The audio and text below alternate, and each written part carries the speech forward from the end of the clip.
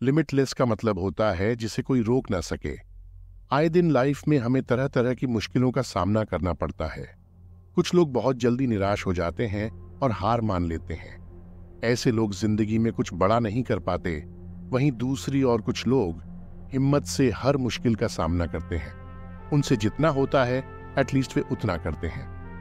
हमेशा पॉजिटिव रहकर आगे बढ़ते रहते हैं। बेशक प्रोग्रेस बहुत धीरे धीरे हो, लेकिन फिर भी वे रुकते नहीं हैं और न ही उम्मीद छोड़ते हैं। ऐसे लोग बहुत तरक्की करते हैं और उन्हें ही लिमिटलेस कहा जाता है। अगर आप भी लिमिटलेस जिंदगी जीना चाहते हैं तो ये समरी एंड तक जरूर देखना। इसमें आपको फास्ट रीडिंग और मेमोरी आदि से रिलेटेड बहुत सी टेक्निक्स मिलेंगी। स्वागत है दोस्तों आपका हिंदी बुकवाणी में। आज की बुक समरी है लिमिटलेस, जिसे लिखा है जिम क्विक ने। आप इस समरी में डूब जाए। इससे पहले अगर आप चैनल पर नए हैं तो चैनल को सब्सक्राइब करें, बेल आइकॉन पर क्लिक करें, जिससे हमें मोटिवेशन मिलता है और अमेजिंग बुक समरी लाने के लिए। तो चलिए शुरू करते हैं। 1. The fundamental concept. सबसे पहले ऑथर ने एक अद्भुत फार्मूला दिया है जिसे फास्टर का नाम दिया गया है। इसके इस्तेमाल से आपकी जिंदगी में बहुत परिवर्तन आएगा। आप हर चीज जल्दी से कर पाएंगे। आइए देखते हैं कि फास्टर का आखिर मतलब क्या है। F मतलब फॉरगेट। अगर आपको कोई भी काम जल्दी से करना है या गोल को जल्दी पाना है तो आपको अपने आसपास के डिस्ट्रैक्शंस को भुला देना होगा, जैसे सेल फोन, टीवी आदि को भूलकर सिर्फ अपने गोल को याद रखें। मतलब एक्ट। इसके बाद अपने गोल पर जुट जाएं। S मतलब स्टेट। खुद को मोटिवेशनल स्टेट में लाएं। माइंड की स्टेट बहुत मैटर करती है। अगर आप मजाक के मूड में हो तो अपने गोल पर ठीक से ध्यान नहीं दे पाओगे। इसलिए सक्सेस वाली स्टेट ऑफ माइंड में आए। T मतलब टीच। अगर आप टीम में काम कर रहे हो तो दूसरों को भी स्किल्स सिखाएं। इससे सारा काम जल्दी निपट जाएगा। E मतलब एंटर। हमेशा जागरूक रहें और अगर कोई नई एक्टिविटी हो रही हो जो आपकी पर्सनल ग्रोथ के लिए जरूरी हो तो उसमें जरूर भाग लें। कुछ लोग हेजिटेशन की वजह से ऐसा नहीं कर पाते और आगे नहीं बढ़ते, लेकिन आप भाग जरूर लें। चाहे थोड़ा ही समझ में आए, लेकिन आपको पता तो चलेगा कि आपकी फील्ड में क्या नया हो रहा है। R मतलब रिव्यू। अपने काम को दोबारा जरूर जांच लें और इस बार जो कमी रह गई है उसे फीडबैक के तौर पर याद रखें और अगली बार उसमें और सुधार कर लें। इस तरह आप परफेक्ट होते जाएंगे। 2. 3M का रूल। इसके बाद आप 3M वाला ये रूल याद रखें। 1. M मतलब माइंडसेट। हमेशा आगे बढ़ने वाला या सक्सेस का माइंडसेट रखें। ये ना सोचें कि मैं तो गरीब हूं, मुझसे यह नहीं होगा, या मेरे हालात अच्छे नहीं हैं। ये सोचकर बैठ जाएंगे तो कभी तरक्की नहीं करेंगे। बहुत से लोग स्लम से उठकर कंपनीज के मालिक बन गए हैं क्योंकि उनका माइंडसेट बहुत पॉजिटिव था। 2. M मतलब मोटिवेशन। हमेशा खुद को मोटिवेशन देते रहें। दूसरे लोग अगर मोटिवेट नहीं करते तो खुद ही खुद को मोटिवेट करना सीखिए। इस चैनल पर बहुत सी सेल्फ हेल्प बुक समरीज दी गई है। उन्हें टाइम मिलने पर सुनते रहिए। इससे आपकी मोटिवेशन दूसरों के मुकाबले 10 गुना ज्यादा बनी रहेगी। आप लाइफ में ज्यादा अचीव कर पाएंगे। 3. M मतलब मेथड्स। अपने काम करने के तरीकों पर भी ध्यान दें। वक्त के साथ बदलना सीखिए। यह न हो कि सब लोग डिजिटल माध्यम का इस्तेमाल कर रहे हों और आप वही घिसी पिटी चीजों का। जैसे कोविड के समय एजुकेशन सिस्टम सारा ऑनलाइन हो गया था। टीचर्स और स्टूडेंट्स ने खुद को जल्दी से अडॉप्ट कर लिया और उनका साल बेकार नहीं गया। लेकिन कुछ नेगेटिव लोगों के स्टेटमेंट्स यही थे कि इससे स्टडी कहाँ होती है, लेकिन टीचर भी वही था और लेक्चर भी वही, फिर स्टडी क्यों नहीं होगी। इसलिए मॉडर्न और न्यू मेथड्स अपनाएं। नेगेटिव लोगों से दूर रहें। 3. The 5 minute technique. ऑथर ने फास्ट स्पीड से रीडिंग के लिए यह तरीका दिया है। अपने फोन के टाइमर को 5 मिनट के लिए सेट कर दें, फिर एक किताब का पैराग्राफ रीड करना शुरू करें। जब 5 मिनट ओवर हो जाएं तो देखें कि आपने कितना रीड किया है। इसके बाद 3 मिनट का टाइमर सेट करें और फिर से उस पैराग्राफ को रीड करें। इस बार आप उतना ही पैराग्राफ 3 मिनट में खत्म करने की कोशिश कीजिए। फास्ट पढ़िए, कुछ समझ में ना आए तो भी कोई बात नहीं, आपको सिर्फ वह पैराग्राफ 3 मिनट में खत्म करना है। आप देखेंगे आपकी रीडिंग की स्पीड में काफी इजाफा हुआ है। फिर आप उतना पैराग्राफ 2 मिनट में खत्म करने की कोशिश कीजिए और इसके बाद 1 मिनट में। यह एक्सरसाइज 1 हफ्ता भर कीजिए और आप देखेंगे कि आपकी रीडिंग की स्पीड दूसरों के मुकाबले बहुत तेज हो गई है। आप कम समय में बहुत सी किताबें खत्म कर पाएंगे। सोचिए, इससे आप दूसरों के मुकाबले कितना ज्यादा ज्ञान ले पाएंगे। 4. Ask effective questions. अपने आप से हर दिन केवल ये 3 क्वेश्चन पूछिए। 1. मैं लाइफ में क्या हासिल कर सकता हूं? 2. मैंने आज तक लाइफ में क्या हासिल किया है? 3. मेरे लिए क्या संभव है? ये तीनों क्वेश्चंस आपके आउटपुट को मेजर करेंगे और आपको लाइफ में कुछ अचीव करने के लिए मोटिवेट कर देंगे। अगर आपने कोई गोल हासिल किया है तो आप और ज्यादा हासिल करने के लिए मोटिवेट हो जाएंगे, और अगर कुछ नहीं किया है तो भी कुछ करने के लिए उठ खड़े होंगे। लेकिन हमेशा ये क्वेश्चंस पूछते रहिए। 5.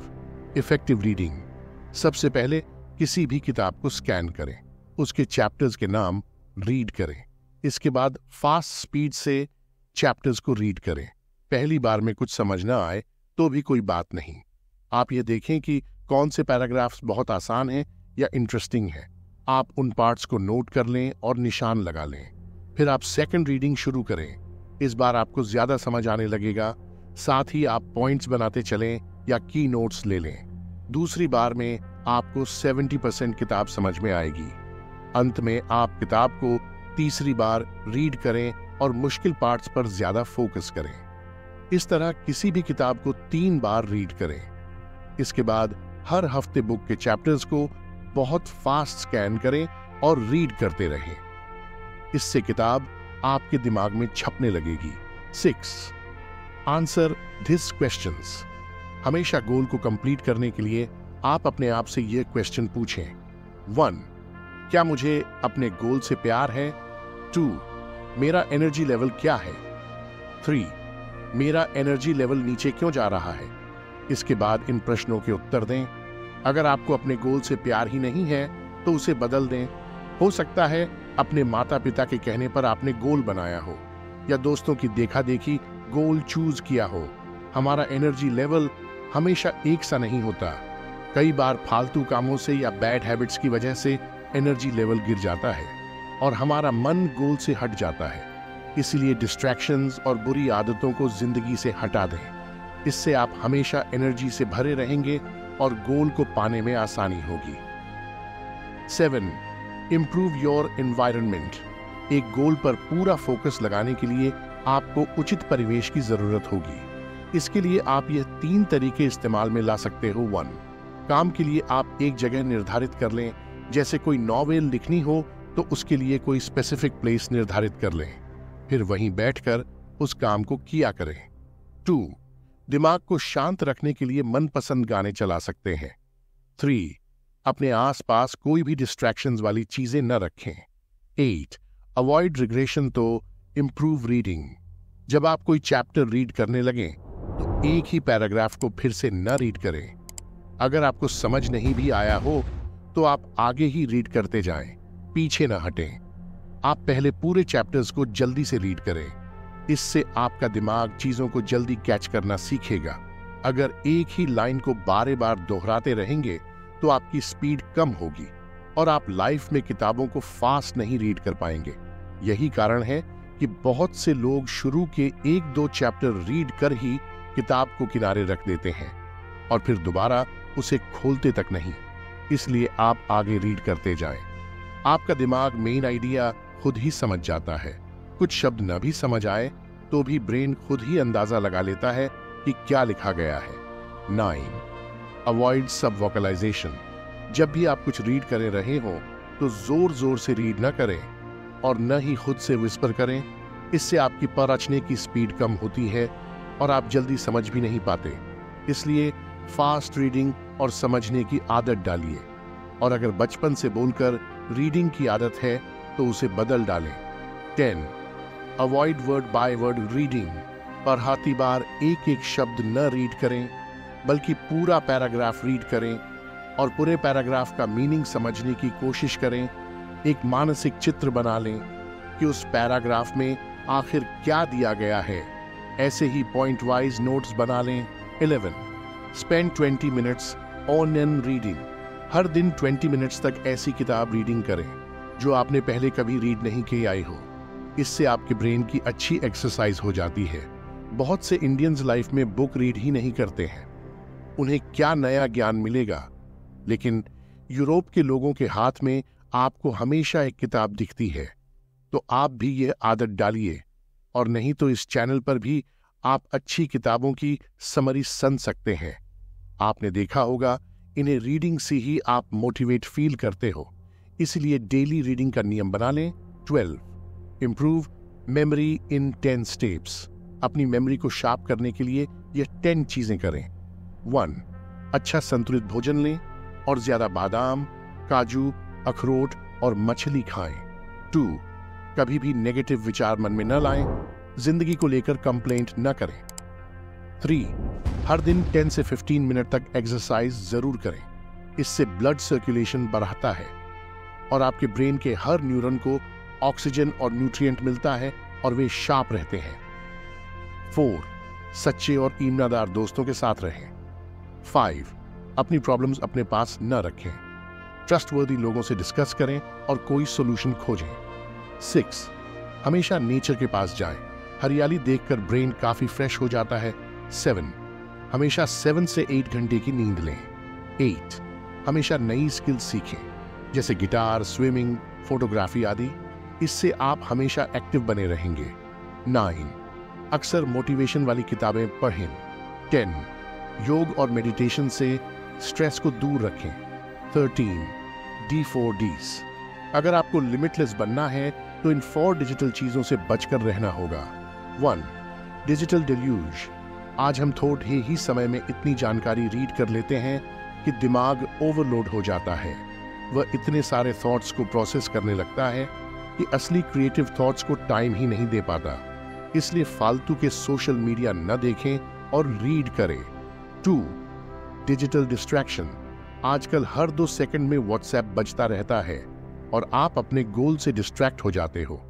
ऐसे ही सोशल मीडिया की नोटिफिकेशंस ने हद मचाई हुई है। 3. Digital dementia. आजकल हर सवाल का जवाब गूगल और इंटरनेट पर मिल जाता है, इसलिए लोग कुछ भी याद नहीं रखना चाहते। इससे उनकी याददाश्त कम होती जा रही है। 4. Digital deduction. हर चीज गूगल से लेने के कारण हम जरा भी अपना दिमाग नहीं लगा रहे। इससे क्रिएटिव एंड लॉजिकल थिंकिंग में कमी आ जाती है। तो दोस्तों, इन चारों डिजिटल प्रॉब्लम से बचने की कोशिश करें।